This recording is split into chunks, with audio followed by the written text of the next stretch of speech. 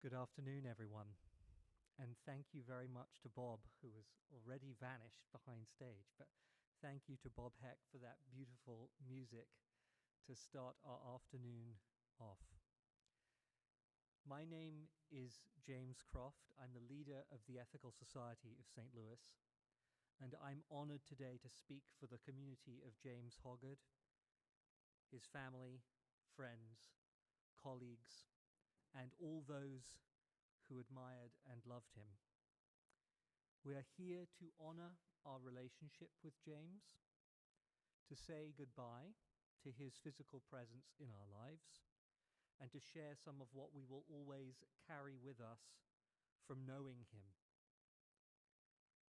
We are here today because we've experienced the sorrow of losing a loved one. Death is the great inevitability of human life. Do you want to turn the mic up a little bit on the podium for Ruth here? Ruth, do you have the assisted listening device? Because we could turn that's all turned on if you need one. Okay. Okay. Shall I go get one? Okay, give me 1 second. I'll start again when we have a device for Ruth. Apologies to everyone watching at home. We'll just take a minute.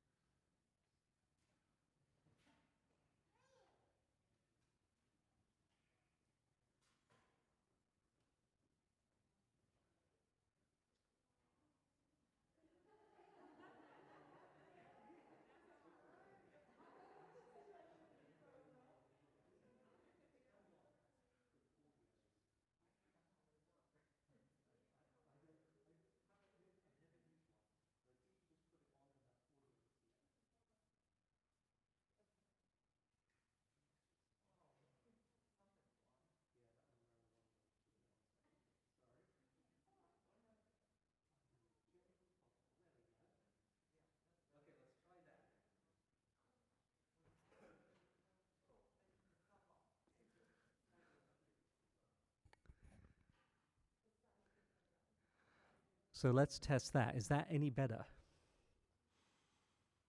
Ruth is a very important person today, so she has to be able to hear what happens.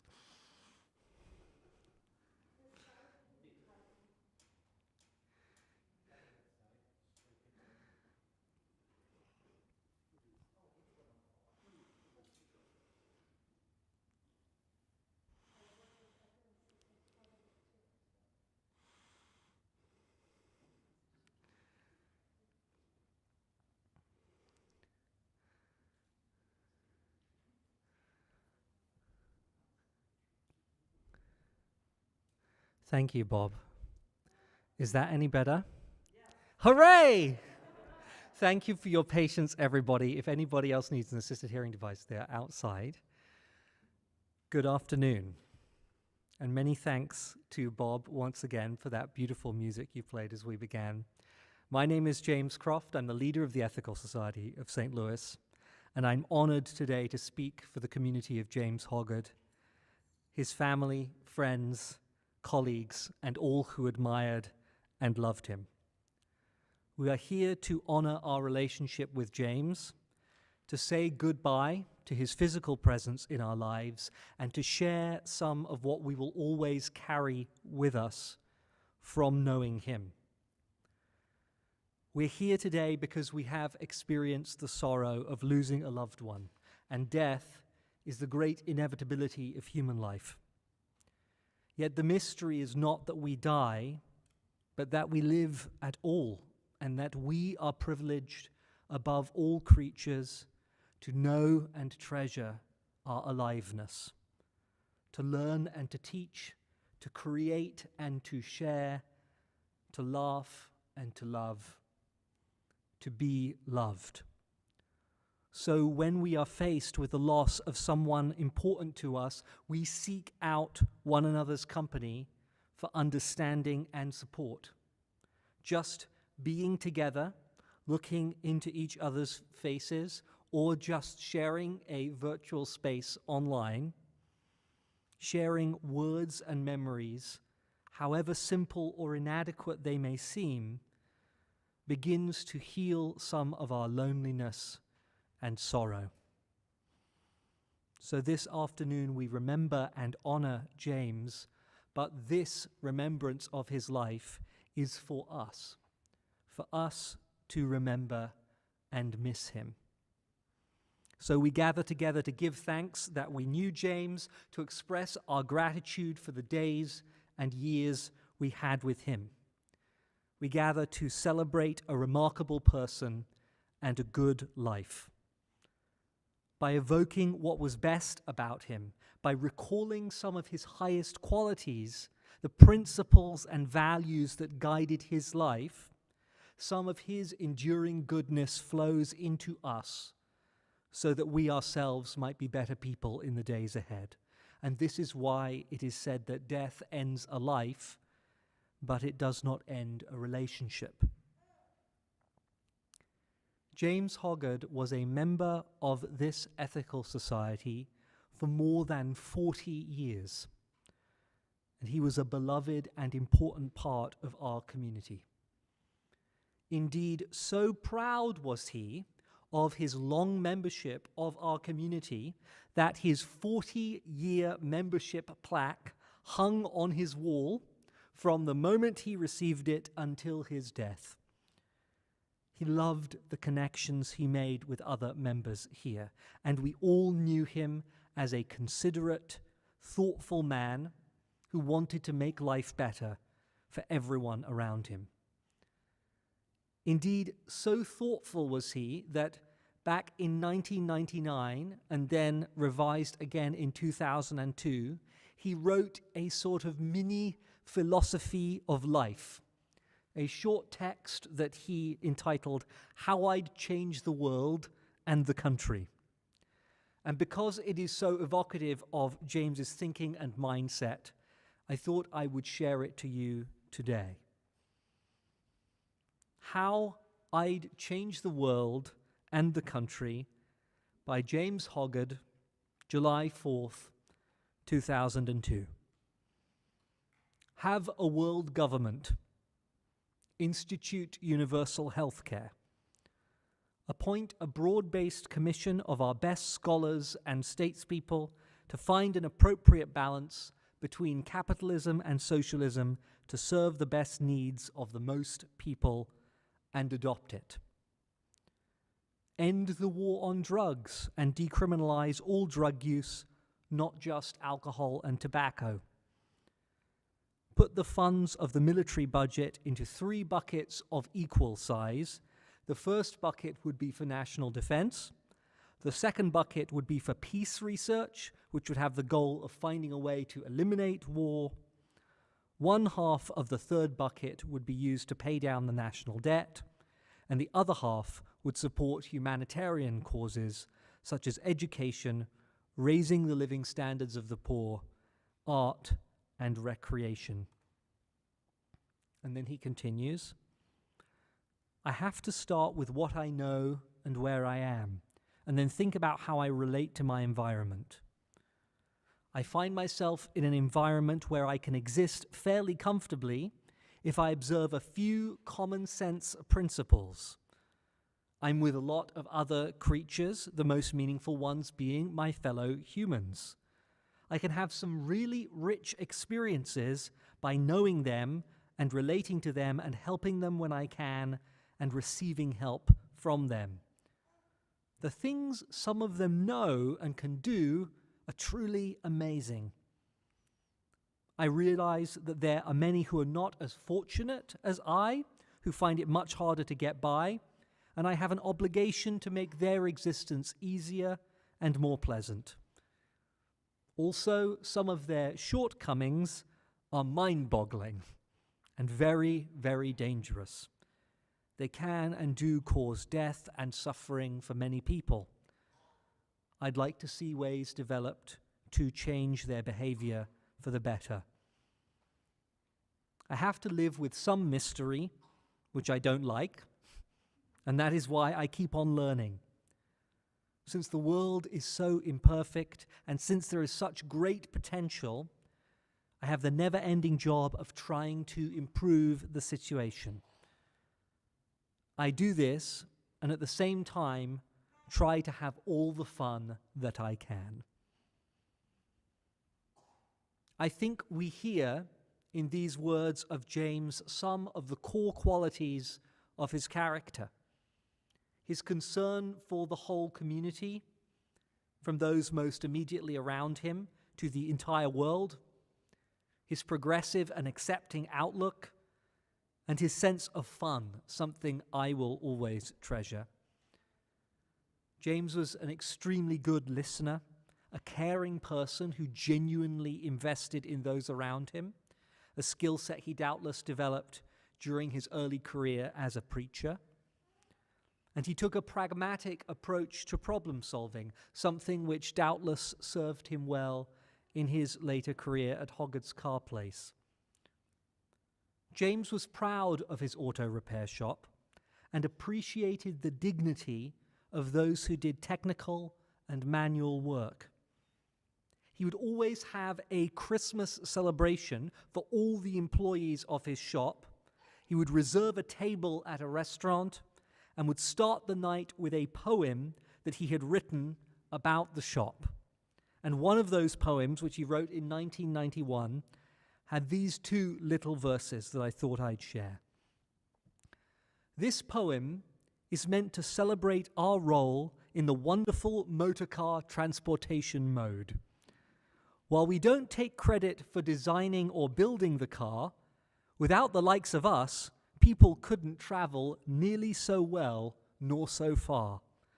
You and I repair the damage from normal wear and careless drivers, and we must correct mistakes made by cars builders and designers. We make our customers' cars more fun to ride and drive. We even take their dead cars and bring them back alive. At times, their cars become unsafe, potential killing machines. Then we make them safe again by applying our technical ways and means. That, which is only a small selection from that poem, and there are many more, is a delightful example, I thought, of James's sense of fun and the pride he took in his work and the way that he cared about and recognized the worth of his employees. And this is what we're celebrating today, the qualities of character James displayed and the impact he made on all our lives and on the world. The best people to help us do that are the people who knew him most closely. And this afternoon, James's family and friends will guide us as we recognize the things we cherish most in our memories of the life he led. So now we will hear from some of the people who knew James best, and then everyone present will have an opportunity to share their memories as well. So first, we will hear from James's daughter, Penny.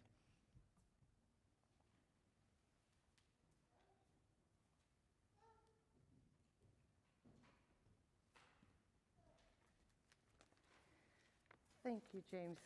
I felt like you put my dad's character together so beautifully. I really appreciate that. That was beautiful. My dad did a lot for me. He was there for me. He made me strong. He built me up. He gave me so many values in life that I cherish. I'll always be taking those with me. So many values. One of the values I always kind of giggle at. He taught me really good work ethics. I started working for him and as a child, but later I became a real true mechanic. And one of my hardest lessons I remember was when me and Tommy came in numerous times late, and I clocked in, and here comes Dad. He was very kind about it, but he says, "Can I see your timesheet?" I handed it to him, and he says, "You're 2 minutes late." I said, "Yeah, I'm sorry." And he clocked me out, and he said, "You may go home now." And I was, "What? No, I need to work. I need this money." And he said, "It's not that important to you right now. You need to let that be more important. I depend on you. I depend on telling customers." He explained it all to me. I went home, and I wasn't late anymore. And to this day, it is so important to me to always be on time. That's just one example of those work ethics. There are so many. He also taught me financing. That was another thing that was so important to him to teach me. He wanted me to know how to budget, but not just budget to pay my bills. He made it very clear. You need to put some away for savings. You need to put some away for you to live, to have fun. Think about every piece of your asset of your life. And in investing, he'd go a little deeper to let me know, you must invest, but think about who you're investing in. Make sure it's a company you believe in. We're having by the way, we're going to have refreshments later by Panera's, St. Louis Bread Company, my dad's favorite restaurant, and he used to own stock in it. He was so proud of that until they went private and they sold them out, paid everybody back. My dad, something else that was so important to me, he was always able to give me advice different than anybody else could. He would always give me, I'd like to call it balanced advice, where he would tell me, well, think about it from this angle. Think about it from this angle. Have you thought about this person's point of view? What about this person's point of view? He never really told me what to do. He just helped me to know how to make those decisions and how to consider everybody in that decision. So I mentioned I started working at the shop early. I was 8 years old when my dad bought the shop. Previous to that, I had... Can you take the mask off for people at home? Yeah. Sorry. Thank you. I had... so when I was 8, I started... That's when my dad bought the shop. Prior to that, I was in the backyard holding the trouble light, always for him. But when he bought the shop, everybody had to go because I was too young to stay home alone. He knew I'd get bored. Bring toys with you. Of course, I needed to bring toys that didn't get greasy. It was very greasy there. But he would tell me that you can play all you want.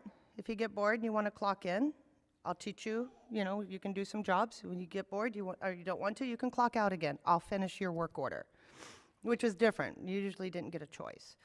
So I started out doing oil changes, brake jobs, and tune-ups. And if I got bored, I walked over with my work order. Here, Dad, I'm going to go play, clock out. An hour later, I might clock back in, do it again, and an hour later, clock out. So I probably had about 5 or 6 or 20 clock in or out in one day. Don't know how my mom handled that, but my dad was always patient. He always took those work orders from me, and that was fine. Sometimes I heard him passing them out because he had a few from me. But he was always patient. He understood my age. He understood where I was at 8 trying to figure this out. He also, at the same time, still gave me, I could tell he really enjoyed teaching me about the engine. He liked me learning how the timing worked just right for the combustion to give it the power. You know, he wanted me to understand how the parts went together and how they worked. So he took pride in teaching me those things. I moved out to Phoenix. My car broke down. I remember calling him and saying, "Dad, my dasher just blew a rod. I've never rebuilt a water-cooled engine. What do I do?" That was back when we didn't have cordless phones, so I had a cord going from the kitchen through the garage. He'd had me climb up into the actual engine compartment.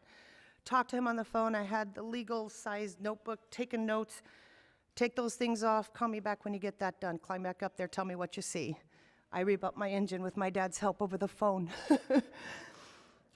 So he was just always there for me and very patient with giving me those next steps.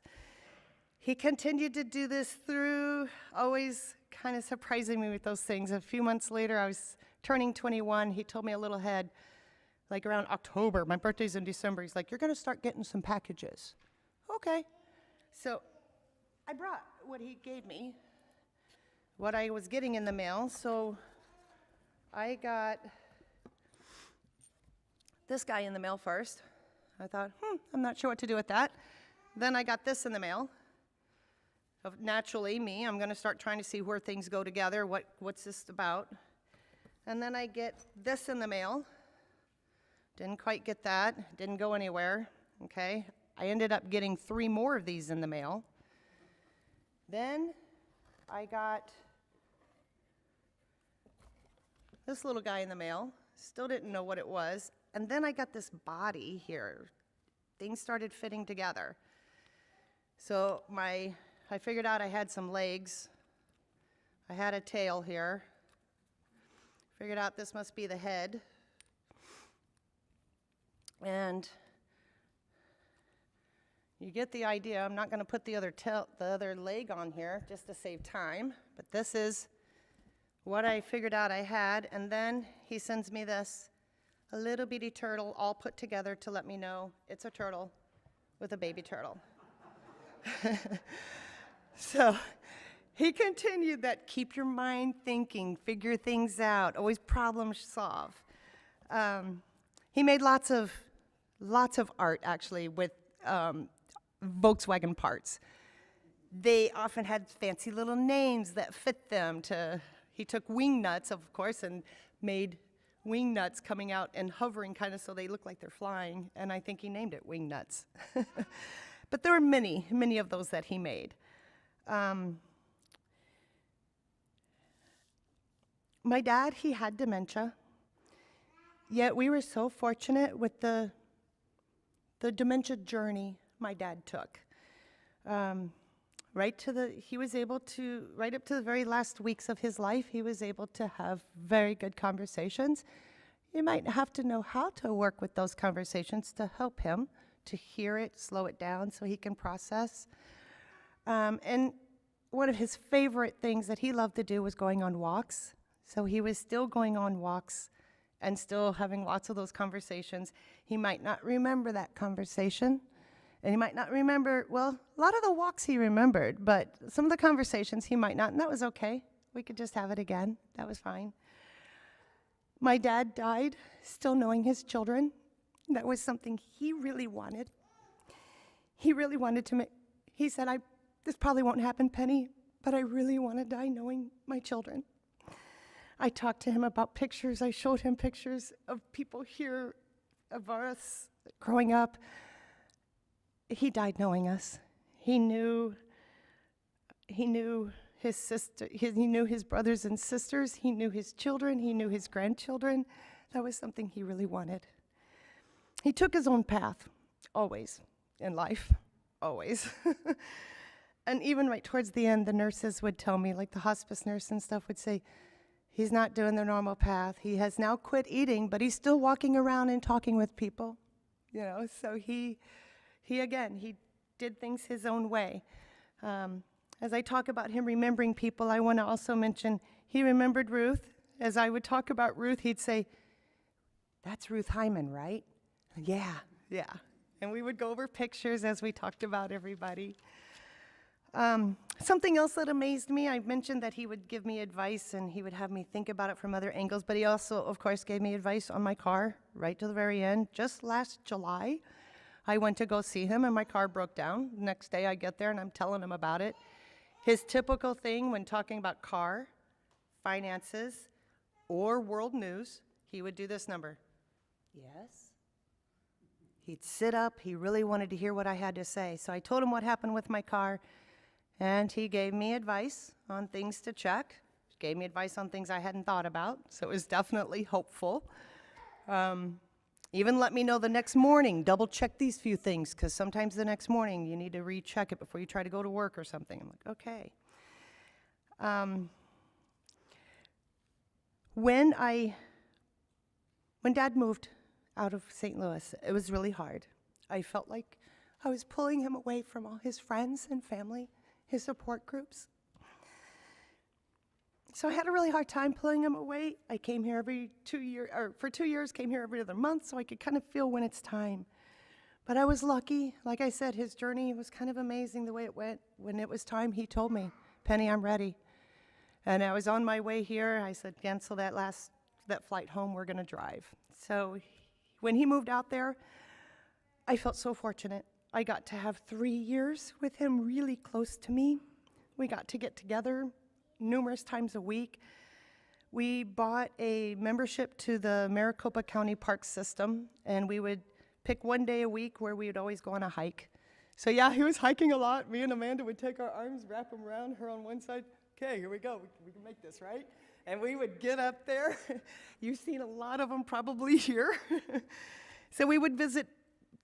Phoenix is in a valley. There's mountains all around, and that's where those parks were. So we would go to all those different parks.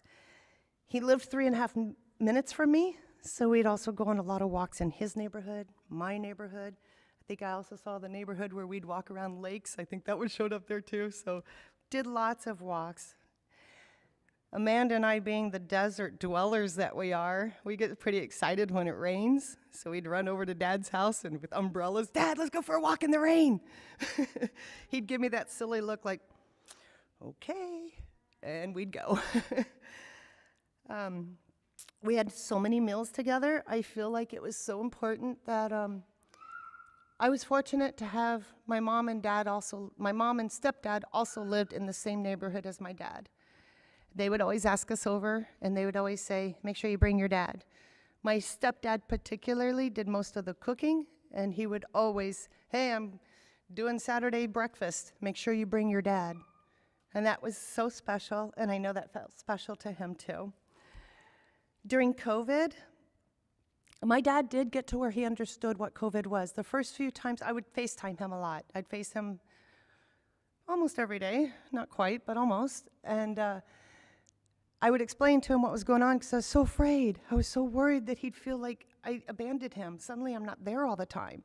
And I was worried about him, just what it would be like. So we FaceTimed a lot. Certain days we'd FaceTime like hours. And sometimes I thought that was just really funny because we got so comfortable with it. There were times when he'd get ready to go eat and he'd say, well, are we going now? You ready? And I'm like, Dad, I'm on the camera. And he'd start laughing so hard. He's like, oh my gosh, I forgot. And I'm like, me too. He's like, I thought you were here. Me too. So we ended up building a good relationship during that whole year that we couldn't see each other. My dad was always thankful. I wanted to share this because everybody always told me, even right to the very, very end, they said, most patients at this stage in their life aren't able to do what your dad does. He constantly tells us, thank you. We bring him something. He could barely speak the last 3 days. He would hold their hand till he could get it out. Thank you. He was always, always so thankful. And that's something I will take to heart. Him passing away the day before Thanksgiving makes it Thanksgiving even more special, if you will, because I will always feel how thankful he was, and it'll make me more thankful. My dad and I, we enjoyed each other so much. He made it so clear how much he loved me. He made it so clear how proud he was of me, always telling me. So, Dad, I want to thank you for that. I will take your love with me forever. I will feel it forever. And I know you're proud of me, and I will feel that forever. Thank you.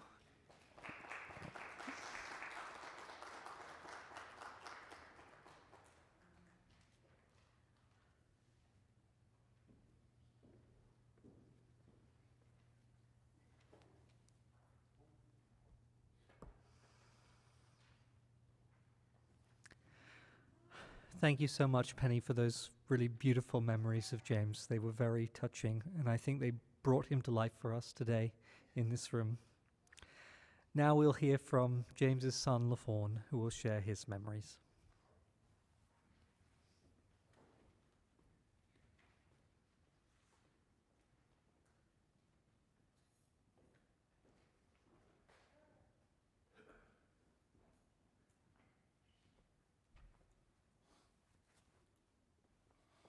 Hello, everyone.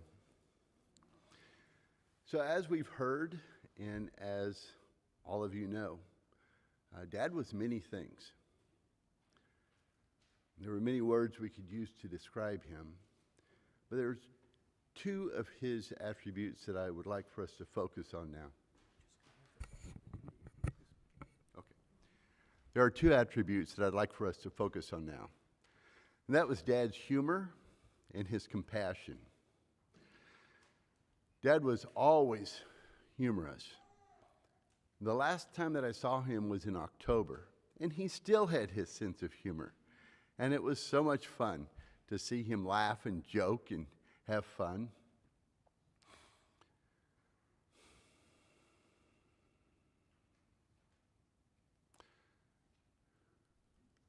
He was even humorous about his disease, the Alzheimer's. When he was diagnosed and understood that he had the disease, he came to me and said, LaFawn, I'm going to ask you to help me to understand, as my memory fails, I may not know it, or I may not know how bad it is. And we would go out and eat often, and at one of those meals, when his memory was beginning to give him a lot of trouble, I said to him, I said, well, Dad, it must be really hard on you knowing that your memory is failing and having a hard time recalling things. And he looked at me, and that look that he had, a little smirk on his face. And he said, well, son, I think it's a lot harder on the family and the people that know me than it is on me. I just forget about it. The other thing that Dad was compassionate. He was compassionate for people who had life not as, maybe that was harder than his. And as James, the leader of the Ethical Society, read earlier some things that Dad wrote, I'd like to bring us back to one particular sentence that he wrote. He said, I realize that there are many who are not as fortunate as I, who find it much harder to get by. And I have an obligation to make their existence easier and more pleasant. At one point in Dad's life, he had a friend that he played chess with. And then he started going to eat with that man pretty often. His name was Bill. And it seemed like he was spending a lot of time with Bill. But when Dad and I would get together, he would often complain to me about Bill's habits. Bill had some habits that in Dad's mind were pretty gross. One of the things that Dad could not tolerate was eating with your mouth open, chewing food with your mouth open. He couldn't stand that. And he would come to me and he'd say, LaFawn, I just have so much trouble going to eat with Bill because he eats with his mouth open. And I finally had to just tell him that if he was going to continue to do that, I wasn't going to eat with him anymore. And he stopped. But then about a week or so later, Dad was telling me about another thing that Bill was doing that was pretty disgusting. And I said, well, Dad, you must really like Bill to put up with all of his disgusting habits. He looked at me and he said, no, LaFawn, I don't like Bill much. I said, you don't? Well, then why in the world do you spend so much time with him? He doesn't have anyone else. So Dad was being compassionate, and he was living the philosophy that he wrote about, trying to help others have a better life. Thank you.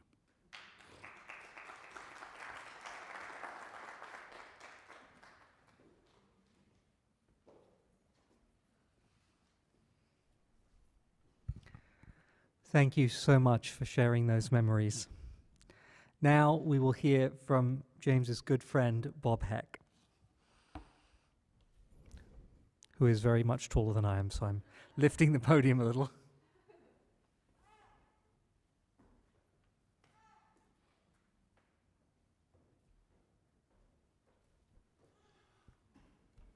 Most of us have childhood friends, and a lot of us have lifelong friends.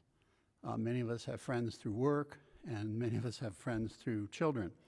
I was fortunate enough to develop a very good friendship with James late in life in a way that I never would have anticipated, but it was a delightful friendship.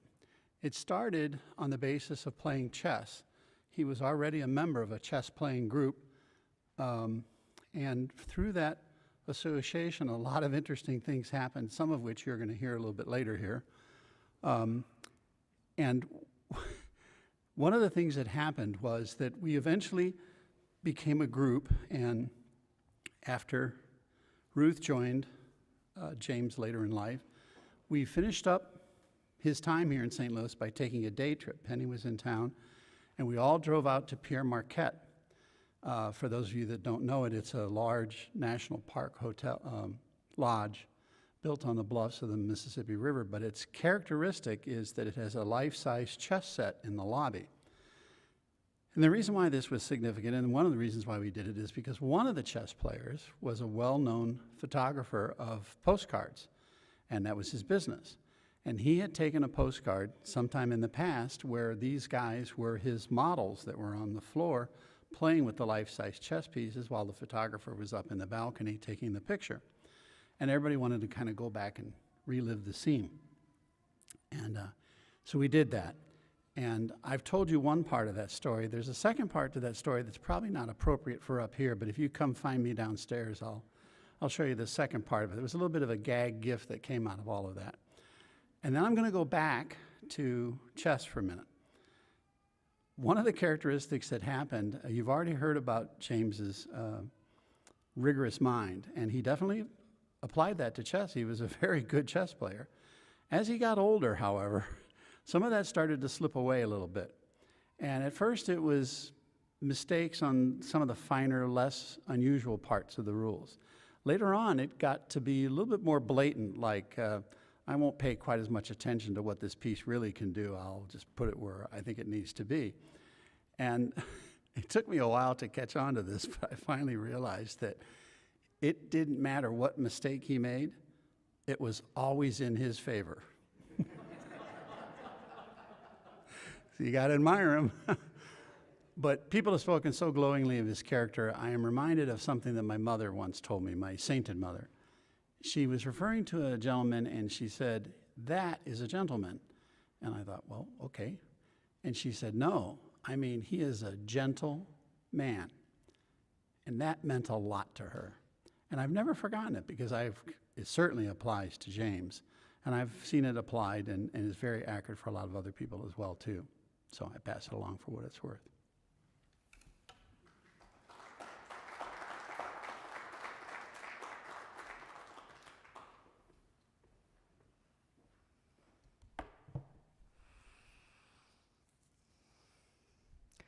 Thank you, Bob. Finally, James's brother Ray will offer his memories before singing a song which was a favorite of James. James tended to say that he wished he enjoyed music more, but the video of his brother Ray performing this song, a song he wrote as a tribute to their mum and dad, was a favorite of his, and he would often request to listen to it again. And so we're lucky to have Ray with us today to perform it.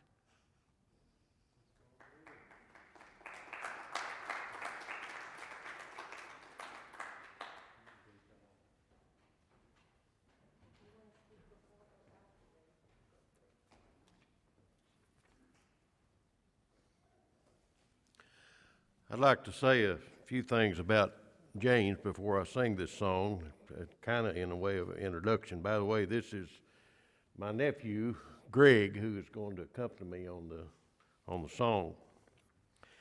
James was a much older brother than me. He was 13 years older than me. And the year that I started school is when James moved away from home, so I didn't get to be with him near as much later on. But James was a good brother. Even after he left home, of course, we were still family. But he was a good brother, and he always wanted to make anything fun. If it could be fun, he wanted to make it fun. And he was, he was just very attentive. I remember one time when I was about probably 4 or 5 years old, and he was working on the farm. We grew up on the farm, and he saw something that was pretty extraordinary. He saw a snake that was swallowing another snake. So he came to the house from the field and got myself and my younger brother, who is 1 year younger than me, and took us down there so that we could observe that. He knew that was something that was, quite a sight to see, and he wanted us to be able to see it. He was like that. He was very attentive, and if he could do something to help you or to show you, he was always willing to do that and anxious to do that. As I said, we grew up on a farm, and I'll give you something rather humorous that our family has always laughed about. It's always been one of the stories that we would always tell about James. We had a rooster. Of course, we had chicken, and we had a rooster, and that rooster would crow right at daylight. And that irritated James because it would wake him up, and he wanted to sleep just a little bit longer than that, and it would irritate him that rooster would crow. So it was in the summertime, and we had an old what we called an army cot, and so James slept outside on the cot, and he got him some rocks and put down right by the cot. So that rooster would jump up on a fence post and crow. And when he did, James aimed at him with a rock. And he was a pretty good aim. And after a couple of mornings, the rooster just couldn't, it was in that rooster's nature, he had to crow. And he would jump up on the fence post and he would begin to crow, but then before he even finished his crowing, he'd jump off the fence post. He'd go cock-a-doodle and then he was gone. James, and I think probably all of y'all know that James was a kind of person that always thought outside the box. He was very, he was very perceptive, and he was very intelligent. It's probably hard, some of you that are my age, it's not as hard for you to imagine how it was when we grew up. I was born in 1947, and I think it was probably 1946, the year before I was born, was the first time that my parents had an automobile. They kept that automobile for about a year, and then my dad traded it for a pickup truck, a 1947 Dodge, and the speedometer quit working. Well, my dad took it to 2 or 3 mechanics to try to get it fixed, and they could not figure out how to fix it. And James, at that time, was probably about 14 or 15 years old, and he said, "Dad, would you mind letting me take a look at it, see if I could fix it?" And my dad kind of hesitatingly, he said, well, all right, go ahead, but he had no confidence at all that James could fix it. And he did. And after all the mechanics could not fix it, James did. He was a very resourceful person. He was a good brother. James and I, after I was grown, we held very opposite views on a lot of things. But with James, it was not, he did not argue, and he always respected a person that differed, had different views than what he did. One of the greatest compliments I think that he ever gave me, that he and I, one time, we'd had a discussion about different things and politically, and we differed.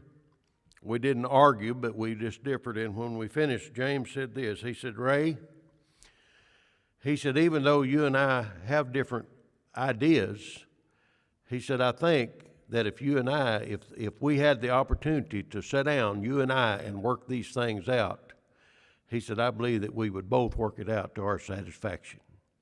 I've always appreciated James. He never, I don't know, as far as I know, I never saw James lose his temper. He was always calm.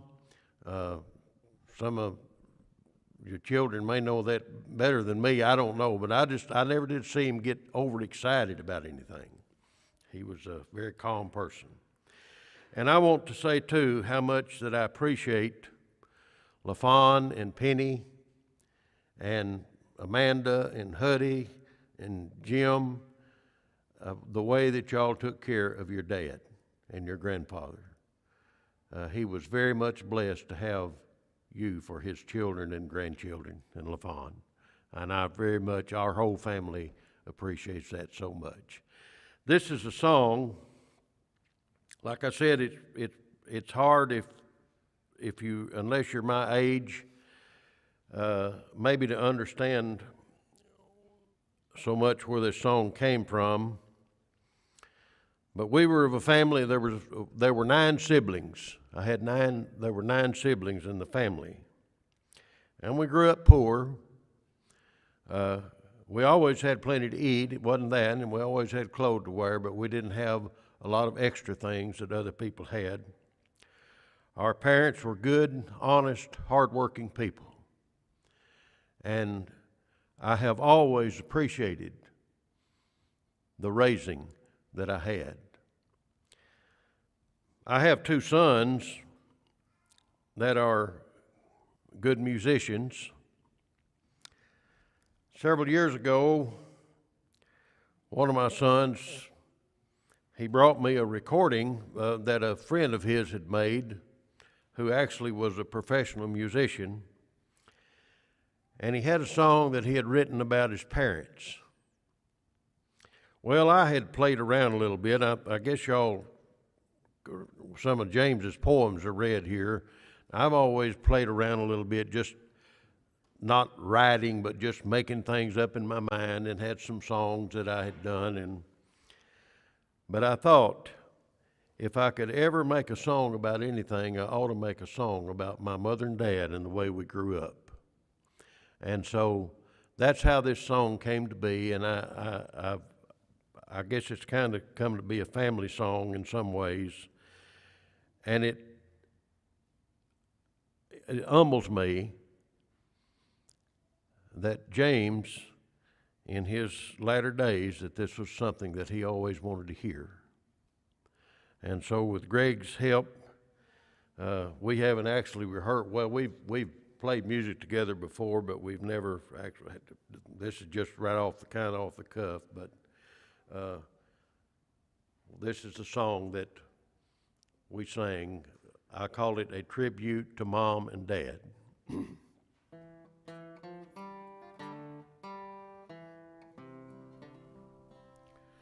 Just a few verses I thought I would write about the man and woman who helped to shape our lives. Their names are Jess and Evie, we call them Mom and Dad. and they both sacrificed to give us what we had.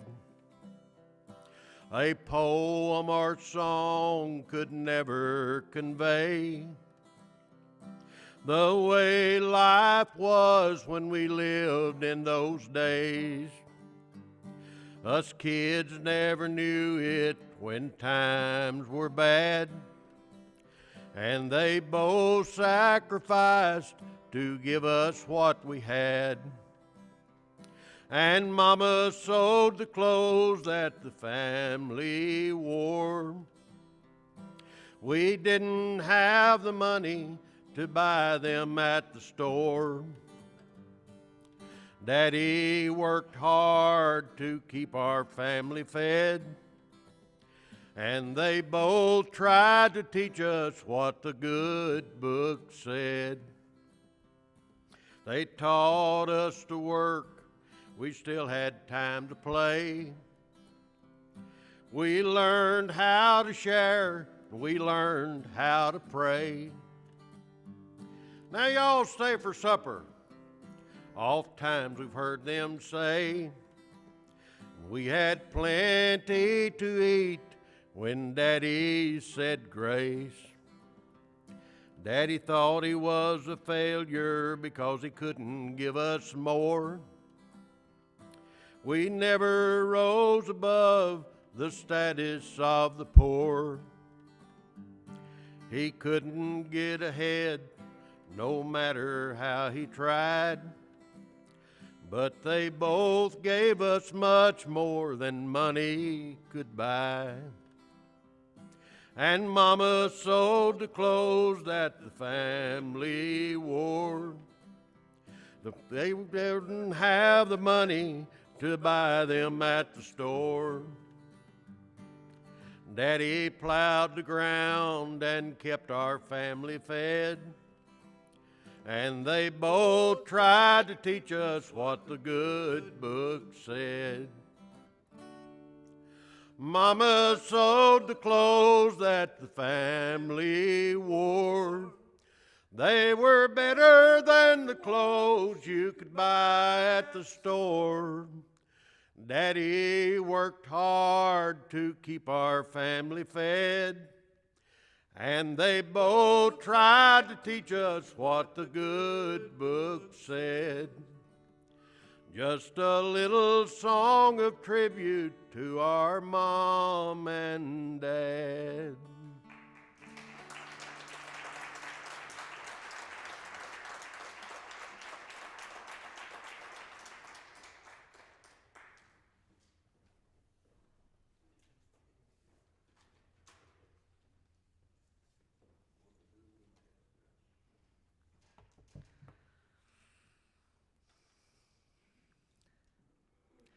Thank you so much for those memories, and to both of you for that really beautiful and moving song. I know that there are many people here who have their own memories of James, and also people who might be joining us online who have memories to share. So I'd like to offer you an opportunity to share some memories of James if you wish. If you wish to share a memory here in the hall, then just raise your hand. If you feel comfortable coming to the podium, you can. If you don't, then we have a mic that I will bring to you, and you can use it from where you are at. If you'd like to share memories online, then type them in the chat, and I'll try and monitor those, and I can read them out for everybody here and say who they are from. So would anyone like to share any memories of James at this point? Okay, Ruth, I'll come down to you in just a second.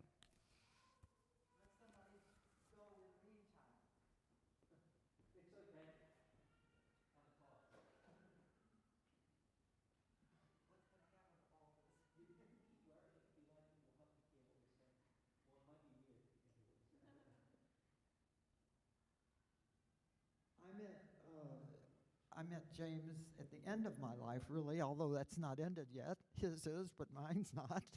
And one of the things is we always had a lot of fun together.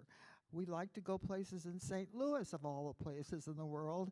And one day I was talking to him and said, I have a bucket list of places I want to go outside of St. Louis. And he said, I'll go with you.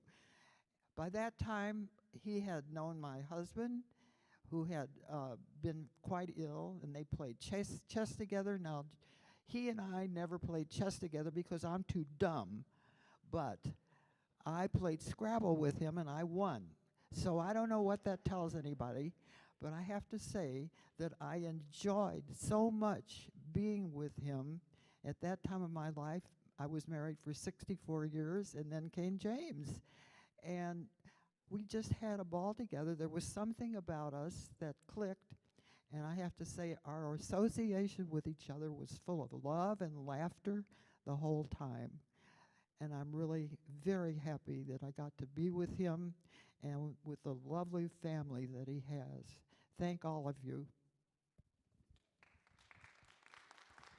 Thank you, Ruth.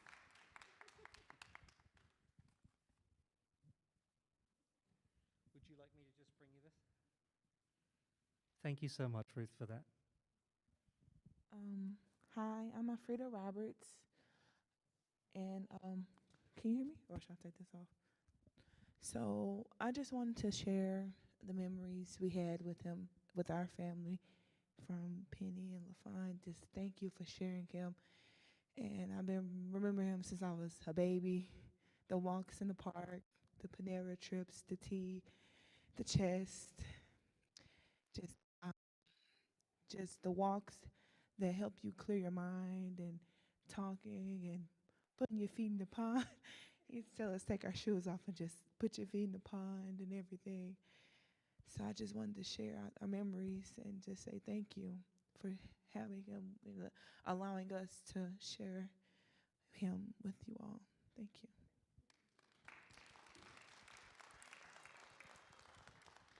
Thank you so much for sharing. Let me go to the front so I can actually see people. Is there someone else who'd like to share, either from down here or from the podium, some memories of James? Excellent.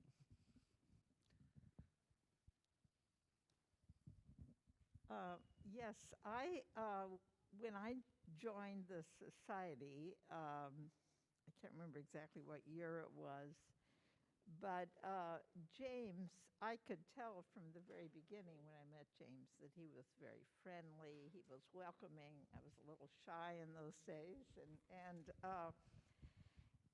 my son was a teenager at that point, and he had had sort of a bad experience with a girlfriend, and I was trying to get him to ask someone else out.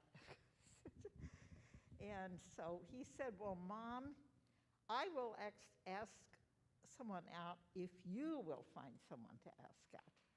And so I would do anything to help my son through his problems. So I thought, well, who can I possibly ask out? So I approached James because he was such a gentle person. And I said, well, would you like to go out for coffee with me or something? And so that was the beginning of our very wonderful friendship. And we did a lot of eating and walking too, and talking. And we would talk about a lot of the things that he is interested in, religion, politics, the state of the world. And he said to me, well, Liz, why don't you write some of those things down? Because he thought, he kind of liked my ideas. And that was sort of the beginning of my deciding eventually to do a book. So I give him the credit for inspiring me to put things down in writing.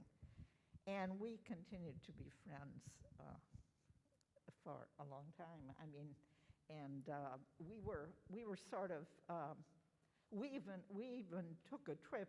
We both had relatives in Arizona, and we drove together out to Arizona and stopped in all the parks, some of which I had not seen, some of those parks,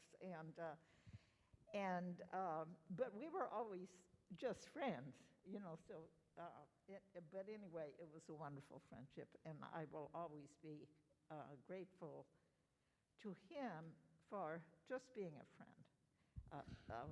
a close friend of mine for so many years, and I really, you know, it's wonderful. Thank you so much.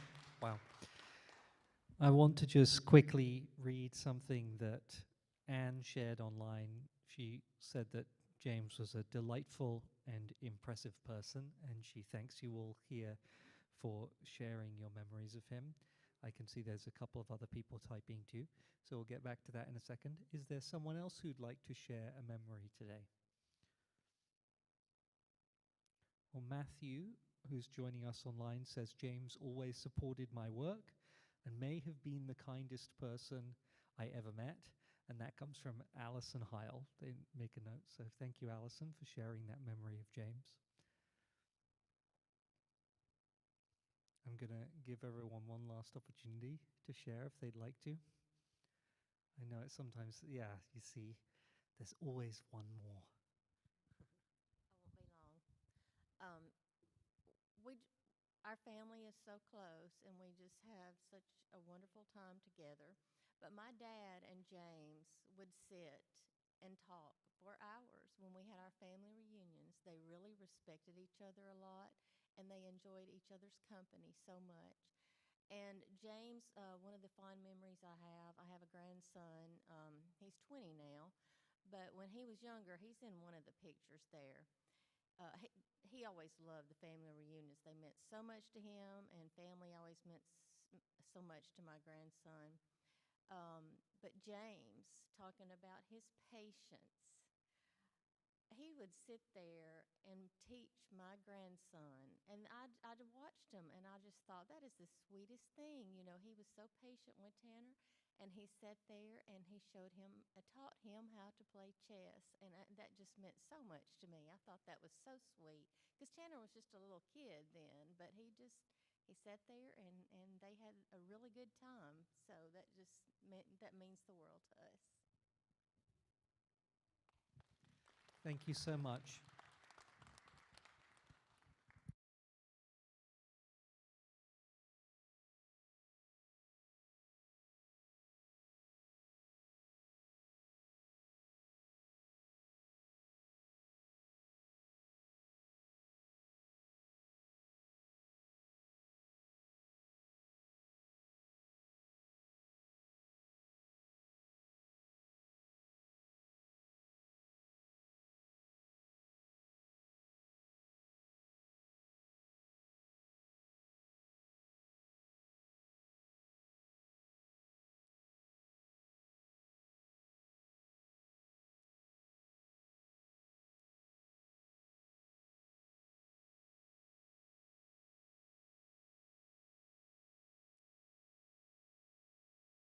James and for each other.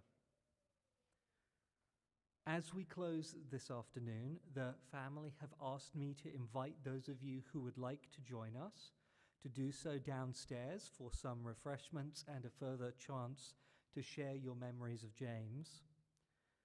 But first, we're going to listen to some final pieces of music performed by Bob Heck. The first song he is going to play is a piece Bob selected to represent his friendship with James. Then after that song, you may stay as long as you wish or make your way downstairs. Thank you for being here with us this afternoon.